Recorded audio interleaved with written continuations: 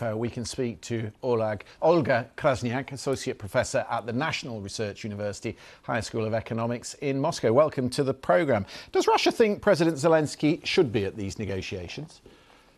Well, of course not. It was very clearly identified from the Russian side because now we start to see the first sign of not just only the signs, but the negotiations on the highest diplomatic level. And of course, it's a very traditional way to put diplomacy forward when everything is almost decided on the battlefield. Right. And this is 3 years, almost 3 years of war conflict.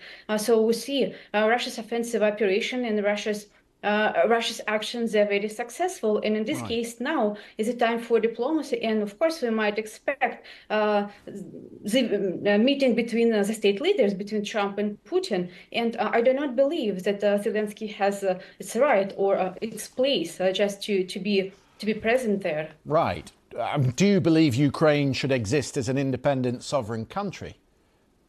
Well, it's a very complicated question, bringing some historical. Yes, of course, because eastern part of Ukraine, it's historically Russian territory. Western part of Ukraine is something what belonged to the Austro-Hungarian Empire, partly to Poland, so basically to Eastern European countries. So Ukraine is a nation state, is a sovereign nation state. It's a totally artificial making. So no, and Russia is just retaking its own territory with Russian-speaking people who've been leading. Not all Russian-speaking people. I mean, the majority of Ukrainians wouldn't see themselves as Russians.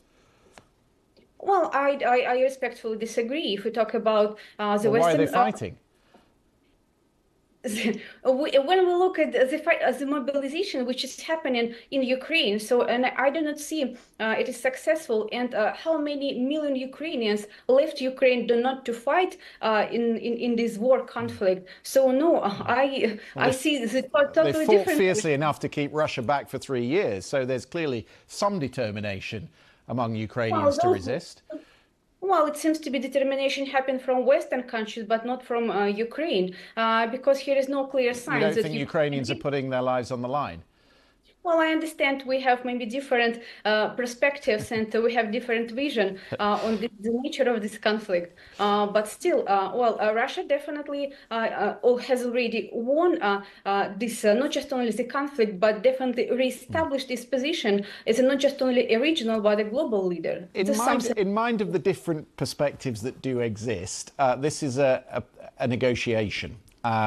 There clearly is not very much trust on the part of the Europeans or indeed the Ukrainians, such that the offer that has been put by the Europeans is that they would put troops along an armistice line, the other side of the Russian-occupied territory. Sergei Lavrov yesterday seemed to suggest that that wouldn't be acceptable. Are the Russians suggesting that we should just take them at face value? Well, I would agree that would be a red lines for Russia. So we would not accept foreign military troops at the territory of Ukraine would be left for Ukraine. But what guarantee would the Europeans have that Russia wouldn't advance again, as they did in 2022? Well, Russia has its problem, its issue with Ukraine, which is considered as a backyard of Russia, but it doesn't count to European countries, to NATO countries. So no, it's totally different story. It's so something what is happening in Ukraine, with Ukraine. So it is the consequences of Western policy towards Ukraine to contain Russia. So from Russia's side, it was just only a reaction of NATO enlargement. Olga Krasniak. Good to talk to you from Moscow. Thank you for coming on the programme.